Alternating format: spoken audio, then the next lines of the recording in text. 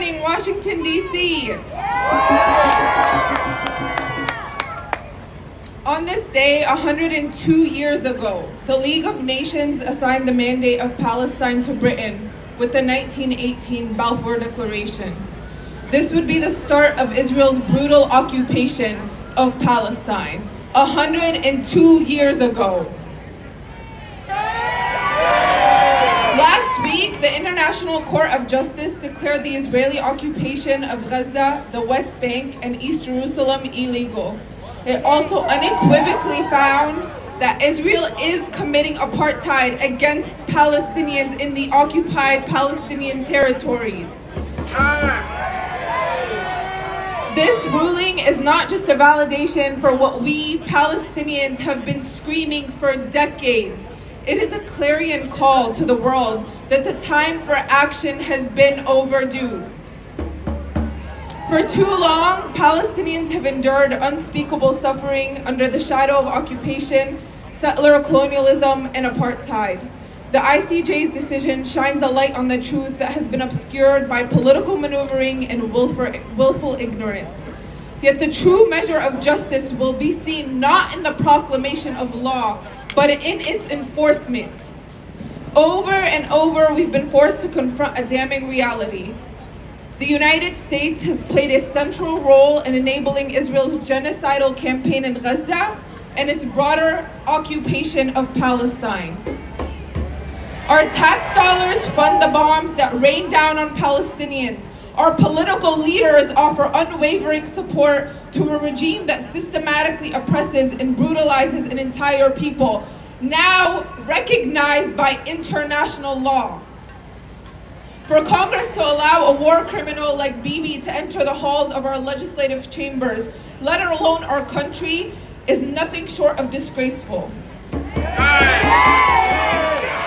The occupation existed long before him, we all know that, but Netanyahu's hands are stained with the blood of thousands upon thousands of Palestinians. The 9-month-long genocide of Gaza, marked by relentless bombings and blockades, bears his signature. And yet our leaders, those who claim to stand for justice and democracy, have not only welcomed him, but have met with him, tactically endorsing his crimes. President Biden, who's set to meet with Netanyahu tomorrow, despite knowing the absolute truth for months, and every member of Congress who has facilitated this visit, not only stands complicit in these atrocities, but is single-handedly responsible for them. We must channel our outrage into action. It's not enough to condemn these actions with words. We must demand that our leaders uphold international law and human rights, no matter how tiring it may become for us. The occupation and apartheid must end, and the enforcement of the ICJ ruling is a critical step in this journey. We must pressure our government to cease its support for Israel's crimes, both politically and financially, and hold those responsible accountable, like Prime Minister Benjamin Netanyahu. This is a moment of truth for all of us. Will we stand by as our country aids and abets genocide? Will we allow our leaders to betray the principles of justice and humanity? Or will we rise united and resolute to demand an end to this complicity? Louder! We must rally our communities, educate our peers, and hold our elected officials accountable on a daily basis. The world is watching, and history will judge us by our actions or our inaction. Let us honor the resilience and courage of the Palestinian people by refusing to be silent, no matter how long it takes. Let us demand justice, not just in words, but in our deeds. We owe it to the Palestinian people, we owe it to ourselves as American taxpayers, and to the future generations to fight for a world where justice prevails, and that begins by making it clear that we, as Americans, tax-paying citizens, do not welcome war criminals of any kind into our country or the halls of legislative chambers that our tax dollars provide for. Thank you, and free Palestine.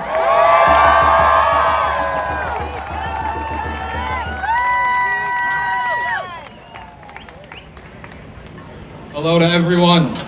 How are we feeling? The weather is not so beautiful, but it's a wonderful day to confront fascism and imperialism in all its forms. My name is Muhammad and I'm with the Palestinian Youth Movement, DC, Maryland, and Virginia chapter, and it's my pleasure to be one of the MCs for today. Almost 10 months later, after all the barbarity, all the fascist cruelty, we are more united than ever and stronger than ever, and they are weaker than ever before. That's the truth. And we promised, as soon as Netanyahu announced his visit, that we will not allow him one moment's peace. And I am so proud to announce a couple of actions that have occurred so far. One, he and the Zionist delegation woke up in their meeting room at the Watergate. They woke up to maggots and bugs and mealworms.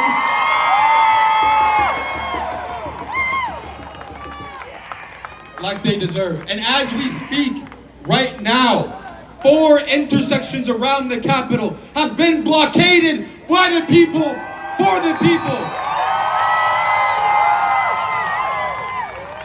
And the people are only getting started. We are only getting started. And it's my pleasure to introduce our next speaker today, Zaina Hutchinson, from the Arab Anti-Discrimination Committee.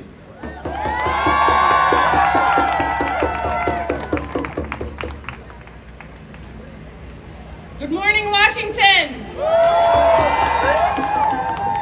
Okay, maybe we need a different chant. Free, free Palestine! Free, free Palestine! Free, free Palestine! Free, free Palestine! We are meters away from a war criminal being celebrated.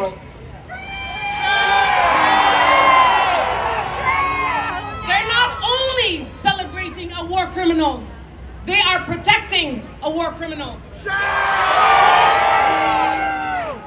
The irony is that Cop City built these metal cages to keep us, the people, out to protect the guilty. But what they don't realize is that we are the ones here, free, with the truth and calling for justice, and they are the cowards, captive, literally and figuratively. They are the ones who will forever be imprisoned in the legacy of genocide. We see you. We see you. Liberation is inevitable and accountability is coming.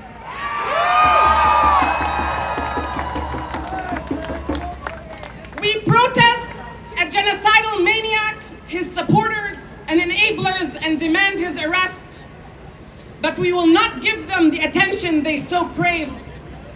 Because despite them, we are here to uplift and center the Palestinian people in Gaza, in Tulkarem, in Al Khalil, in Jenin, in Nablus, in Ramallah, in Jaffa, in Haifa, in Bisan, in Bethlehem, in Nashrash, in Jericho, in Al Quds, and all Palestinians in refugee camps and in exile.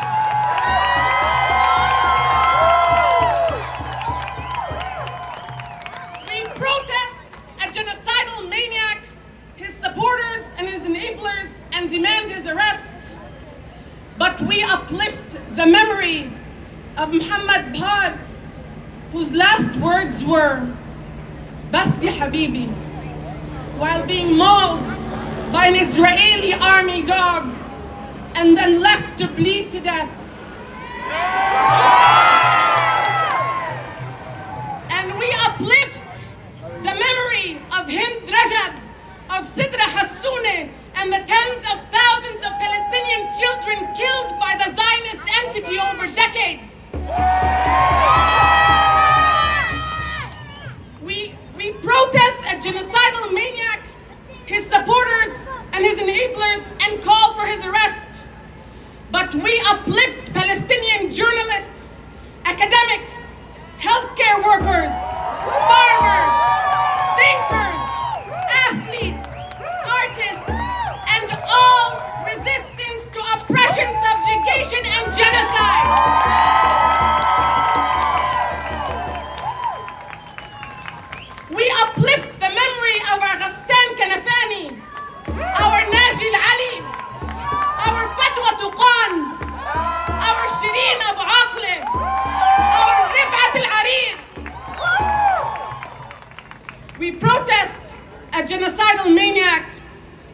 supporters and his enablers and demand his arrest.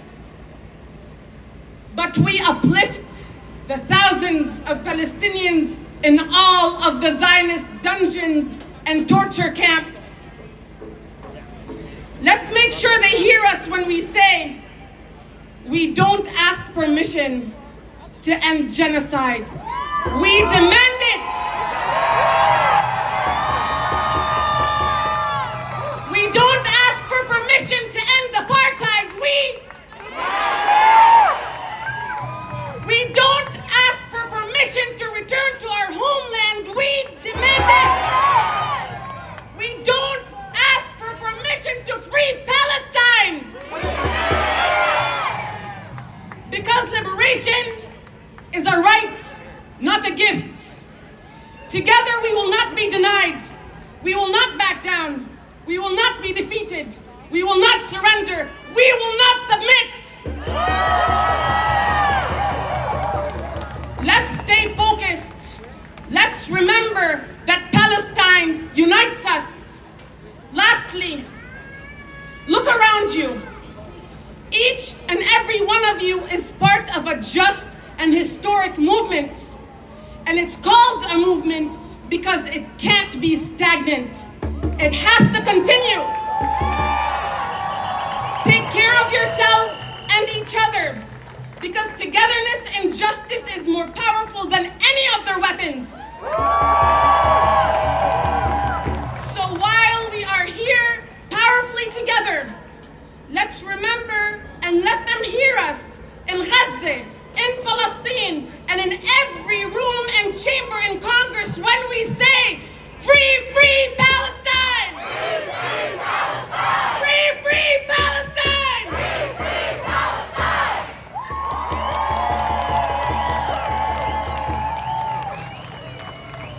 Free, free Palestine! Free, free Palestine! I can see it, but you can't fully see it. There are thousands of people who are lining Pennsylvania Avenue to say no to the war criminal Benjamin Netanyahu. So if you're off on the sides and the sidewalks, if you can, fill into the street so we have the greatest possible manifestation for all of those who want to take photos, so we can see the sea of humanity that has come here to stand with the Palestinians today.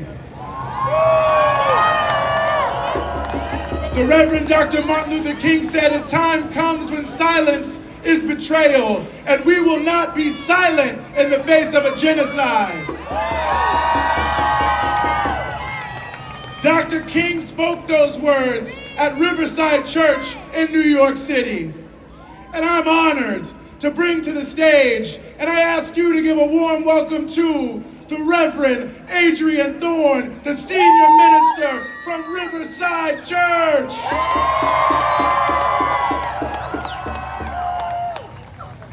Good morning, good morning. We're so grateful to be here with you. We organized 9 busloads of believers of many faiths to be here today to stand with you. To stand with you against death and to proclaim life, to stand against destruction and proclaim peace, to stand against the United States Congress welcoming Benjamin Netanyahu and to proclaim there is another way. Shame. Shame. Shame. There is no place in this land of the free and home of the brave for a war criminal to speak to the most powerful people in our nation. There is no place for Netanyahu, for whom the International Criminal Court issued an arrest warrant to address Congress and beseech our government for our tax dollars to add to a death toll already exceeding 40,000 human lives. Shame.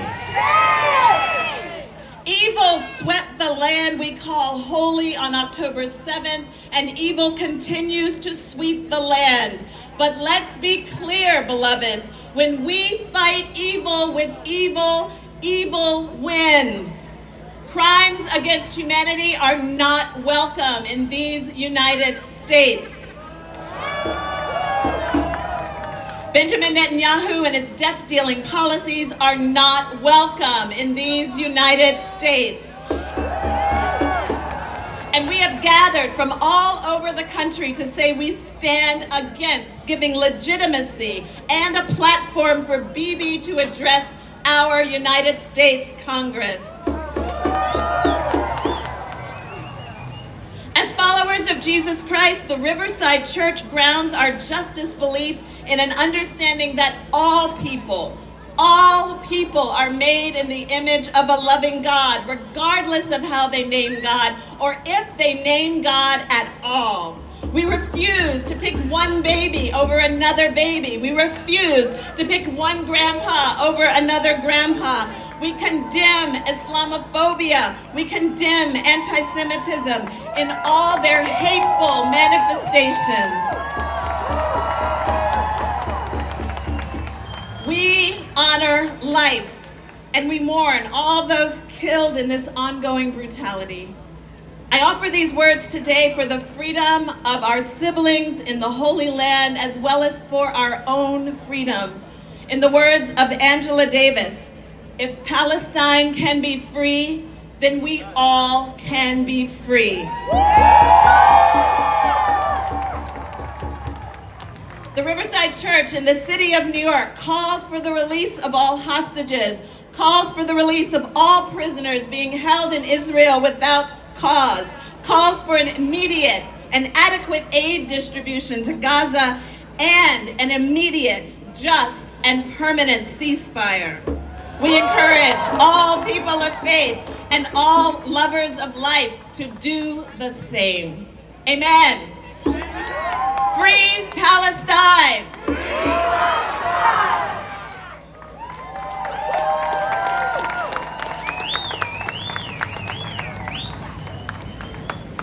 We have an update.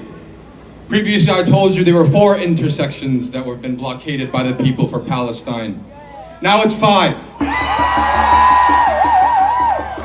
Pennsylvania and 9th, Independence and 14th. North Carolina and Pennsylvania Southeast, Independence and 4th, and Union Station have all been claimed by the people.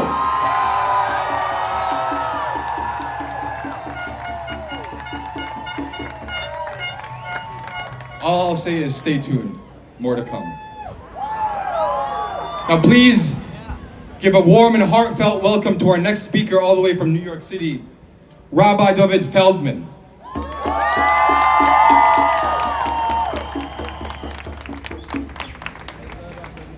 In our thousands, in our millions, we are all Palestinians. I'm here with a contingent of the rabbinic community, rabbis, scholars, and students from the New York, New Jersey area. We are here, we are troubled and disturbed when war criminal Netanyahu stands up to address the Congress of the United States.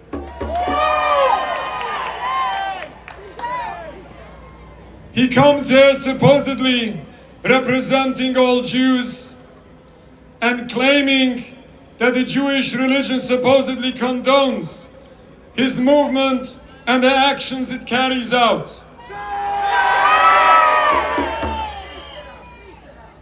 He claims that the Jewish people are supposedly in a danger from their supposed enemies, the Palestinians, that supposedly want to drive us all into the sea. This is misleading propaganda in order to drive American politicians to blind support to what he calls the supposed self-defense. Zionism does not represent Judaism. Judaism is a religion only, while Zionism is a purely political movement. The state of Israel does not represent world Jewry. We have masses of Jewish people worldwide who publicly oppose, condemn, everything Israel stands for. The Palestinian people are not the enemy of the Jewish people. We lived in peace in Palestine as in other Muslim countries prior to the 1920s, prior to the invention of Zionism, despite any differences of religion. It is the brutal, illegal and anti-Jewish occupation of Palestine which is causing death and destruction to Palestine and to the Jewish people. According to Judaism, Jewish people are in a divinely decreed exile. We are forbidden to create any sovereignty by physical means. We are forbidden to kill, steal, or oppress any people, especially the Palestinian peoples, people who are kind to us for so long.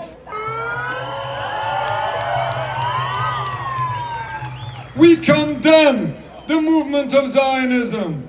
We condemn Netanyahu when we say, your blood is covered, your hands are covered in blood. If we truly want to see a better future, we must understand and realize what is the root cause to the problem. It is the occupation of Palestine which is destroying everyone involved. Certainly we need a permanent ceasefire, but the ceasefire is way not enough. We need a total end to this entire occupation of Palestine. And then, and only then, we can hope to see once again that historic peace be in the future, God willing, inshallah. Thank you very much. One more time for Rabbi Feldman, please.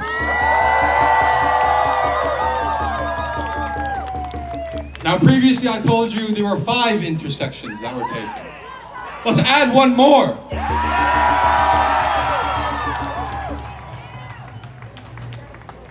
The intersection that has been claimed, the 6th intersection that has been claimed by the people in the name of Palestine and against the war criminals, Constitution and 10th. Let's keep the energy up for our comrades putting themselves on the line, for our people in Gaza, and to let everyone inside that cursed building know what we're about. And let's keep that same energy as we welcome our next speaker, Nihad Awad, from the Council on American Islamic Relations.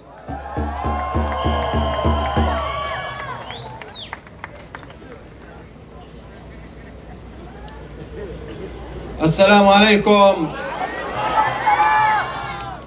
I know it's a sad day in American history.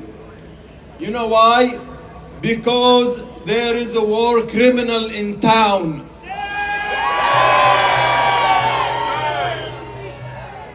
They call him a prime minister, but what do we call him? A criminal. A criminal is at loose on Capitol Hill. Shame on our Congress, on the leadership. Instead of getting his testimony today, he should be delivered to The Hague to give his testimony about his war crimes over there.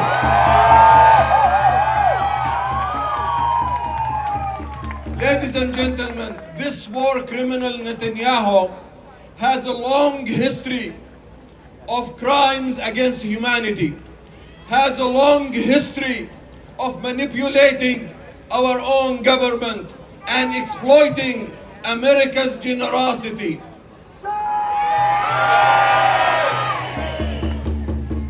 For the past 30 years, he has been actively manipulating our government to conduct wars in Iraq, and we see the results of devastating war on Iraqi people, on the Iraqi land, and even our own economy here in the United States.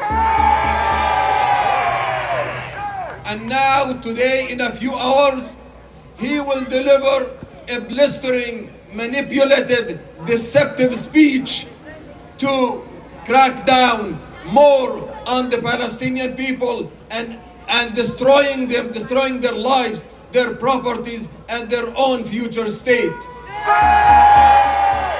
Not only that, he will work hard on his speech to manipulate our government to conduct a war with Iran.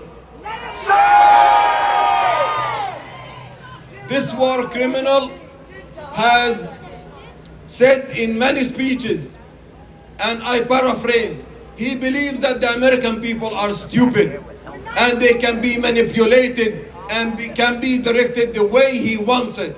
Are the American people stupid? No! We are not stupid.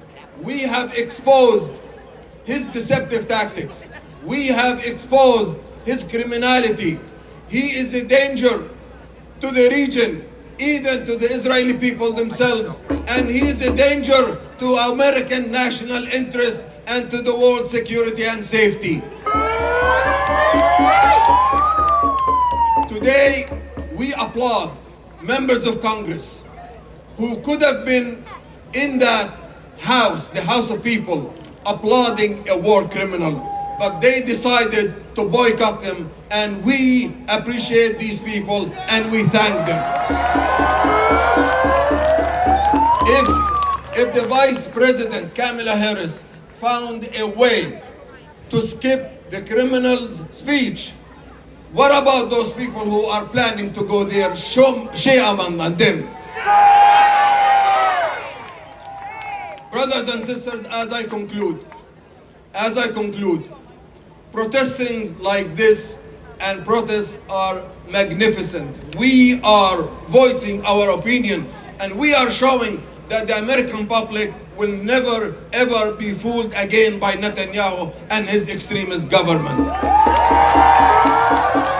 However, I have to challenge you today. Are you willing to be challenged? In addition to this showing, a powerful showing, the US media, international media is here witnessing your power, your voice, your advocacy, standing up for justice for everyone, including for the Palestinian people. You are here with your energy, but I challenge you today to thank those who skipped the criminal's speech today. I challenge you to call those people who applauded his speech and invited him to protest their hypocrisy and normalization of criminal work and the devastating war against the Palestinian people. I challenge you not to give up on the election in November. I challenge you to go up and show up, because the uncommitted movement was able to sideline President Biden, and we have to continue.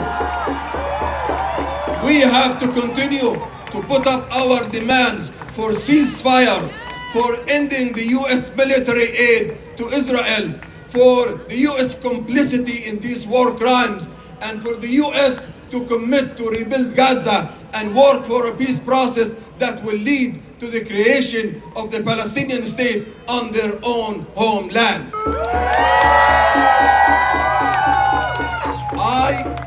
I as a Palestinian, I thank you all for being upright, for being courageous, for speaking up truth to power when it is difficult, especially for our brothers and sisters from the Jewish community, students, and everybody from every background. Thank you all for being the hope for the Palestinian people and for rising up to wake up America from its delusion. Thank you. Assalamu alaikum. Let's give it one more time for Nihad Awad from CARE. I don't know if you guys are aware, you can see the effects of these masses that have gathered here, but I'm hearing that Constitution is effectively shut down by our presence here alone from 11th here. That is why the state is spending tens and tens of millions. For what? Because they fear the people. Because they know their power is weak. And that's what we're doing here today. Without further ado, I'd like to introduce our next speaker, the president of the Palestinian American Organizations Network, Mohammed Abdel Salam. Please give it up for him as he comes on stage.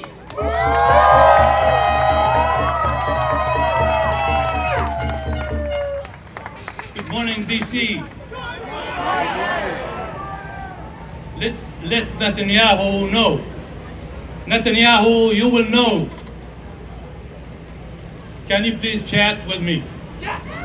Netanyahu, you will see. Netanyahu, you will see. Palestine will be free. Palestine will be free. Netanyahu, you will see. Netanyahu, you will see. Palestine will be free. Palestine will be free. Cease fire now. Cease fire now. Cease fire now. Cease fire now. Free, free Palestine. Free, free Palestine. Free, free Palestine. Free, free Palestine. I would like to thank you all for being here today, driving the distance from all over, taking days off, taking time from your families to be here today. And I would like to give a shout out for our own organizations and our members who are driving and flying from Chicago, Detroit, Dearborn, Flint, Michigan, Youngstown, Ohio, Cleveland, Ohio, New Jersey, Tampa, Florida, Richmond, Virginia, and of course, Washington, D.C. area. Thank you all for being here. We are gathered here today on the 292nd day of the apartheid colonial regime assault on Gaza.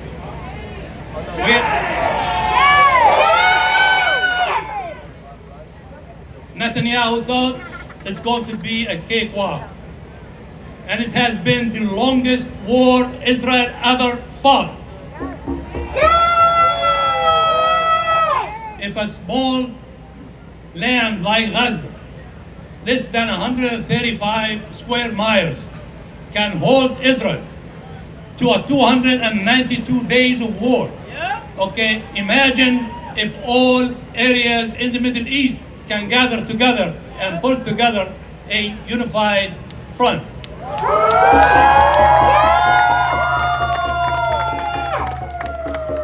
Today, this genocide war had claimed almost 40,000 lives, mainly children and women, and more than 100,000 injured, and over 2.2 million displaced in Gaza, many of them 5 to 7 times over. 447 schools and universities and higher educational areas have been destroyed in the last 9 months. 81,000 tons of bombs have been dropped on Gaza. That's equal 5.5 times the Hiroshima nuclear power that dropped on Japan. There is no water, no drinking water, there is no electricity in Gaza. There are no food.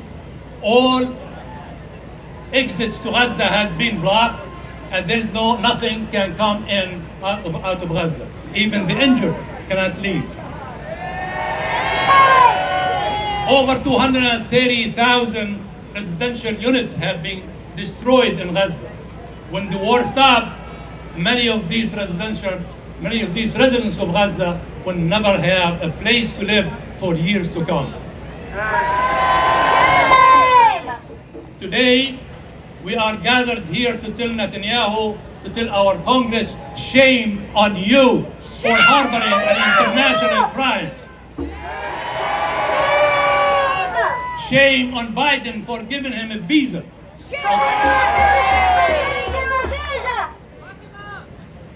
Netanyahu's visit to the United States is to get an approval to prolong the war and probably to open the northern front with Hezbollah. And he is going to prolong the war in Gaza till Trump will be elected, if he is elected in January, so Trump can give him permission to take an attack on Iran.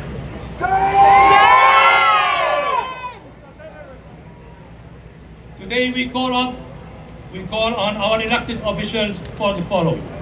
1, demand an immediate and unconditional ceasefire. Hold all arms sales and military aid to Israel. Support an international investigation into war crimes and hold the responsible accountable. Open all crossings into Gaza to allow the flow of humanitarian aid. And recognize the state of Palestine and support the Palestinian people's rights to self-determination. Thank you for standing together today. Let us continue the fight for justice, for peace, for freedom and independence for the Palestinian people, the free Gaza and free Palestine. Give it up one more time for Muhammad. Washington, D.C., we have taken over another intersection. We are going all the way back to Pennsylvania and 7th. Give it up for yourselves. I have the honor to introduce the next speaker. He is from the U.S. Campaign for Palestinian Rights, the Executive Director, Ahmed Abu Zaid.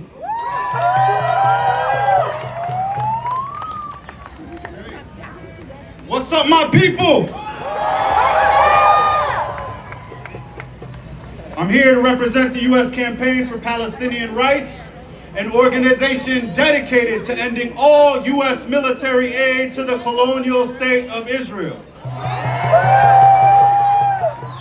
And today, July 24th, 2024, we are here to arrest a war criminal. Almost a full year of active genocide live before our eyes. But Palestinians are not sacrificial lambs. We are fighting for our freedom. We are fighting for our lands. For our rights. We are fighting for our stolen past, but most especially for our liberated future. We reject Netanyahu not because he is more brutal or racist than those before him. We reject Netanyahu because he's exactly the manifestation of the colonial project known as Zionism. We reject Genocide Joe and the U.S. government's support of this monstrosity historically and today. Taxpayers here, you all in this crowd, you all joining us on the live stream, you all joining us via the internet are being bamboozled. We are told there's not enough money for our schools or teachers' salaries. There's not enough funding for healthcare in the United States. There's not enough funding for the houseless members of our community. Instead, they expand police budgets while building cop city theme parks to continue to militarize our neighborhoods. They violate international law, U.S. law, and the laws of human dignity in order to continue their ruthless brutality. We are here to say, stop arming Israel! Stop arming Israel! Israel! Stop arming Israel! Stop arming Israel! Stop arming Israel! The contradictions have been sharpened and are made more clear for any who seek to know the truth. Now, before I wrap up, I'm wondering if y'all heard the new Kendrick Lamar anthem, They Not Like Us? Okay, I want to try something. I want to read out a line, and now I want you to chant, They Not Like Us, 3 times. They fight to colonize, we fight to liberate. They not like us! 3 times. Let's try that again. They fight to colonize, we fight to liberate.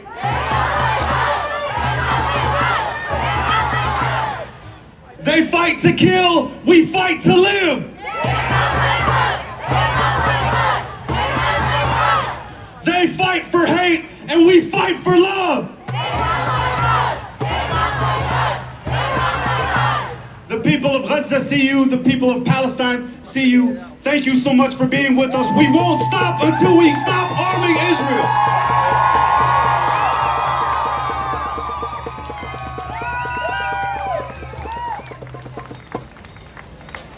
Free, free Palestine! Free Palestine! You know, anytime you see the war criminals in Congress, anytime they have their hearings at their hotels, at their homes, all around the United States, you always see one other organization that refuses to allow these war criminals to walk the streets and not be held accountable, and that is Code Pink.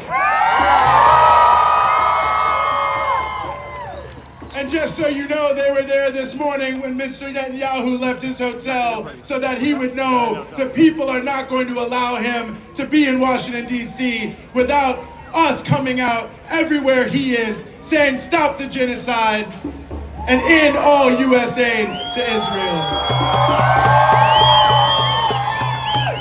So please, if you can, give a warm welcome to Chris from Code Pink!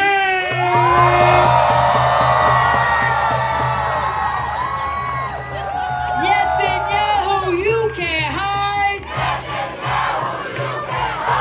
You're committing genocide! Netanyahu had charges brought against him not 3 months ago, not 4 months ago, not on October 7th, but in 2019. He had charges brought against him. This is not a year-long conflict. This is not a 6-month, 8-month. This is decades. This is generations of genocide against the Palestinian people. Shame. This is not the first time that this country has tried to legitimize war criminals, legitimize war crimes at the expense of the American people. This is not the first. We demand, we want to make it clear, the demands of the people. We want to make it so clear that every step that this government takes to justify war is a direct contradiction to the wants and needs of the American people. As my sister just said, we in this country, we have people who can't read. We have cop cities being built. We have education being defunded year after budget year. We are in the streets saying, fund our schools, fund our communities, keep our libraries open. We are crying to keep open libraries while they are sitting in that building sending billions of dollars, $150 billion since 1948 to drop bombs on children. Shame. We drew this line here in June, and we are going to keep drawing this red line. We do not represent whatever you're talking about in that building. Has nothing to do with us. It has absolutely nothing to do with us. We are here. We have been consistently crying. When the U.S. sent money in 2008, in 2019, we said no. When the US funded the invasion of Haiti, we said no. When the US funded the invasion of Iraq, we said no. We said no at every single point. When the US declared the Black Panthers a terrorist group, we also said no. We are the people, and the people is what represents peace, freedom, and liberation.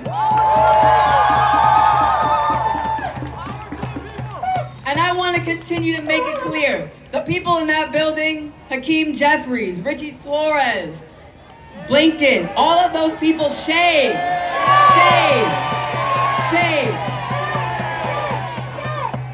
But to specifically the elected officials who continue to run off of the backs of the progressive working class movement, who turn their backs to us and accept war criminals, who are murdering people who look just like me and you, who continue to fund cop cities to arrest people who look just like me and you, who continue to train the NYPD in Israel to arrest black and brown people who look just like me and you do, we say no. That is not us. That has nothing to do with us. The conversations in that building happening right now have nothing to do with the needs of our communities, nothing to do with the conversations that we're having on the ground, and do not represent the ideals of us. Shame. We say yes to peace. We say no to war. Free Palestine. Give it up one more time for Chris.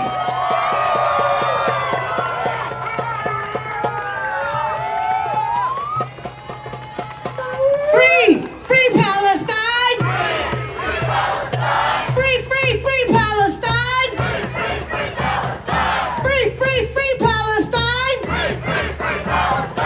I have the deepest and warmest honor to introduce our next speaker. This is Ayman Najm from Gaza, who is a plaintiff in the case, the first case of its kind, with our comrades from the Center of Constitutional Rights, sued Biden, sued Austin, sued Blinken for genocide. Ayman is here with his family joining, and we will hear from him. Give him a hand, one real loud hand.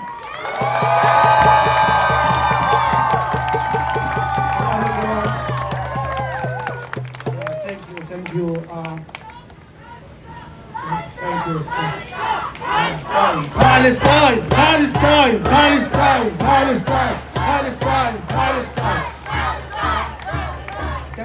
Thank you everyone.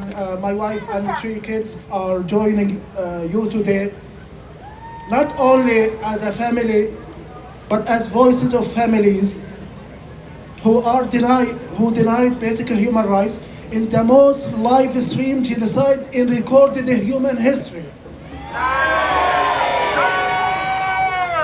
Back in 2015, I was here in Washington, D.C., demonstrating against Netanyahu's visit, while we have a killing machine against the children. Gaza has been under a slow motion genocide for 17 years, and now we are in the most live stream, fast motion genocide in our history.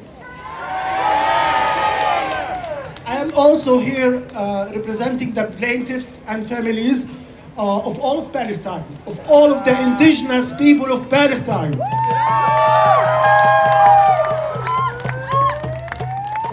The families of victims who were murdered without compunction, without remorse, without contrite, who've been murdered in a live stream. Everyone can see our struggle, and so you have been aware Gaza became a mortuary, Gaza became a graveyard, but Gaza will still be engraved in our lives. I lived all of my entire life in Gaza, and we really, if you come to Palestine, you will fall in love with Gaza.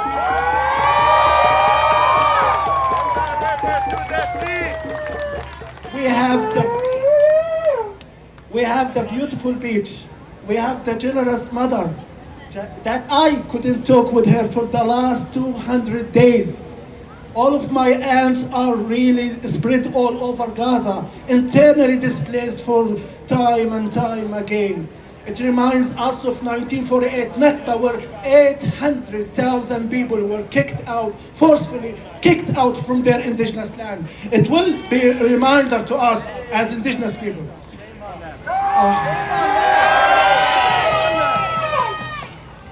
So that's why I feel it is the deepest honor of my life to be a plaintiff of the genocide case against Biden, Austin, and Blinken for aiding and abetting genocide and fomenting genocide. Remember the first days.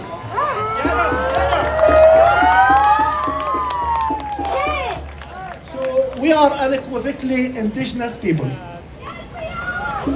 We are unequivocally, unapologetically indigenous people fighting to live in our own land.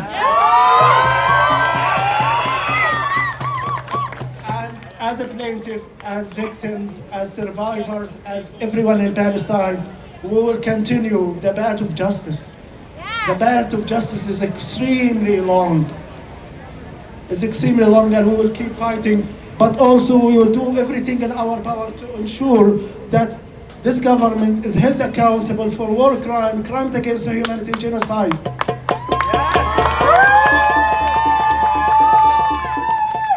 Good news, while we are seeking an arrest warrant against Netanyahu, few days ago, the Center for Constitutional Rights, hats off to the Center for Constitutional Rights for standing up with Palestine. The Center for Constitutional Rights has written to the Department of Justice, calling upon them to open an investigation into Netanyahu for war crimes and genocide while he's here. So, again, I am sending much love in the right side of history when you are supporting the indigenous Palestinian people and their right to self-determination, freedom, and liberation from the heinous crimes, from the heinous occupation of human history. Thank you.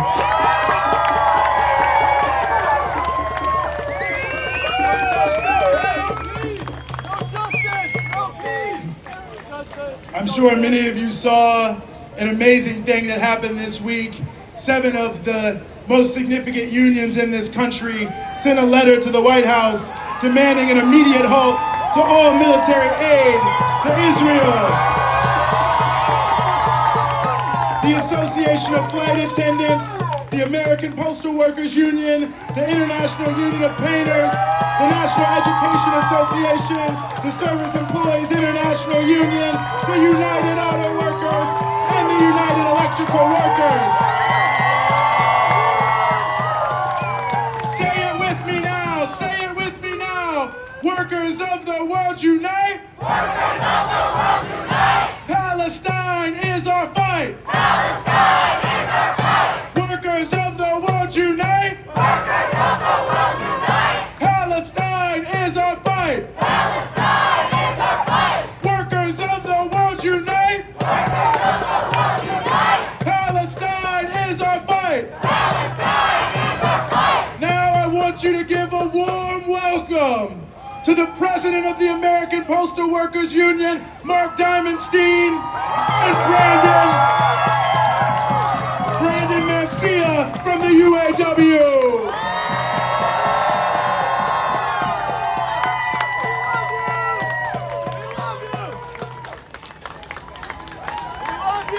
Union solidarity greetings, fighters for justice.